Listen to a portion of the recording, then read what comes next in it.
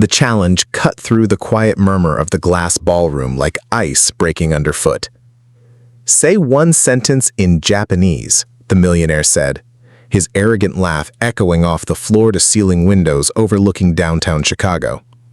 "If you can, I'll write you a check for $300,000 right now. If you can't, hand over your security badge and get out of my sight." Nearly 200 corporate executives, tech investors, and city officials fell completely silent. Not one person defended the 52-year-old black woman standing alone beside the head VIP table. They only stared at Evelyn Carter's faded work jacket, her worn canvas bag, and the way she quietly rested one hand on a tiny, tarnished silver gear clip to its strap.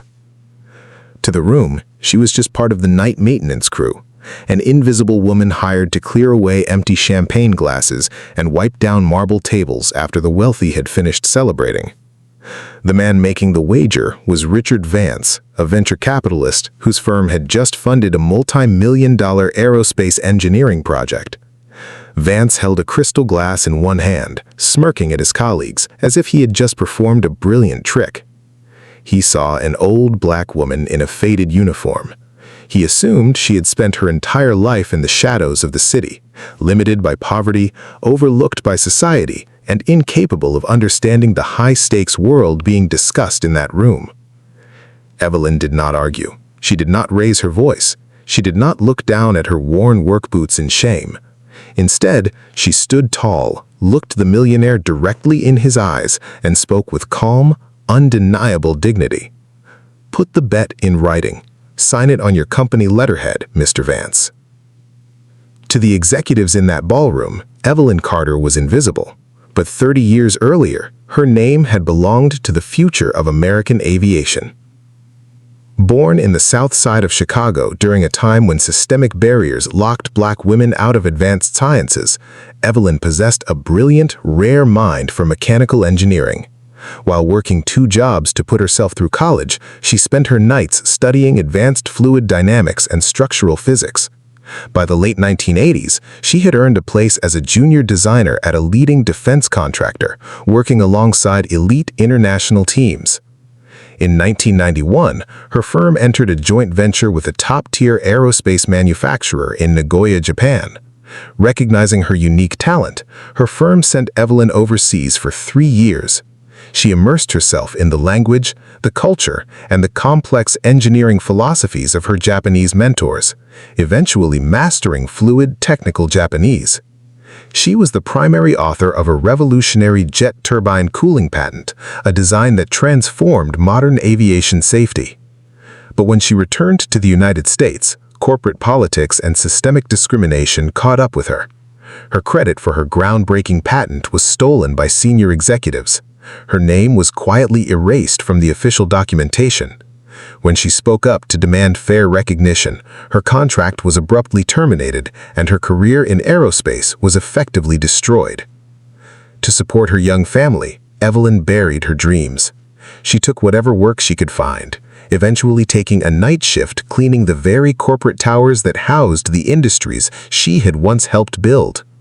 Around her neck, hidden under her collar, she wore her father's old silver gear pin, a reminder that a true foundation never breaks, no matter how much weight it carries. Back in the glittering ballroom, Richard Vance chuckled, pulled a leather-bound notebook from his suit jacket, and wrote out the pledge. He signed his name with a flourish and slapped it onto the white tablecloth. "There," Vance sneered, turning to the room. $300,000. Now say your sentence or leave." The room held its breath. Evelyn picked up the piece of paper, folded it carefully, and placed it inside her apron pocket. Then she shifted her posture. Her shoulders squared, her chin lifted, and the quiet fatigue in her eyes vanished, replaced by the sharp, undeniable authority of a master scholar. She turned directly toward the far end of the VIP table, where 3 Japanese diplomats and senior representatives from the Nagoya Aerospace delegation were sitting. In flawless, elegant, formal Japanese, spoken with the precise, honorific dialect reserved for high-level technical discourse, Evelyn spoke. She didn't just speak a simple greeting. She delivered a complex, three-sentence technical critique of the aerospace turbine design Richard Vance's firm had just unveiled that evening. She fluently highlighted a critical thermal calculation flaw in their cooling system, the exact flaw she had solved 30 decades ago in Nagoya. As her voice carried across the silent ballroom, the three Japanese delegates froze. Their eyes widened in utter disbelief. Before Evelyn could even finish her final sentence, the senior Japanese ambassador stood up from his chair. He walked around the head table, approached Evelyn, and bowed deeply with profound respect. Speaking in English so the entire room could hear, the ambassador's voice trembled. You are Engineer Evelyn Carter, the creator of the 1993 thermal core design." He turned to the shocked crowd of executives. "This woman is not a cleaner. 30 years ago in Nagoya, her mathematical formulas saved our aviation program. Her patents are still studied in our national universities today.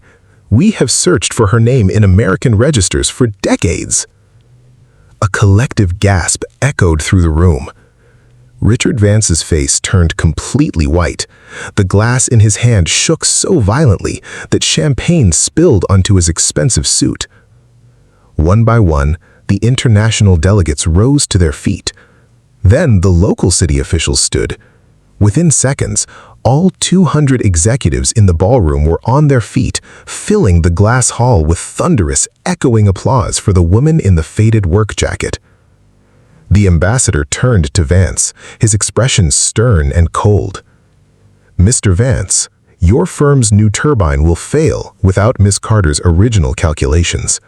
And as for your bet, I suggest you honor your signature immediately."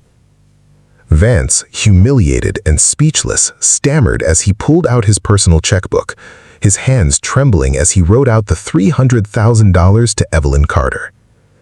Evelyn accepted the check with calm grace. She did not mock Vance. She did not gloat. She simply tucked the check alongside the signed agreement, patted her father's silver pin, and walked out of the glass ballroom with her head held high. Within a month, the Nagoya Aerospace delegation hired Evelyn as their principal chief consultant for North American operations, restoring her legacy and placing her back where she belonged. In a world that continually judges a person by their title, their uniform, or the color of their skin, Evelyn Carter proved a timeless truth. Real brilliance cannot be buried forever, and true dignity will always rise above arrogance.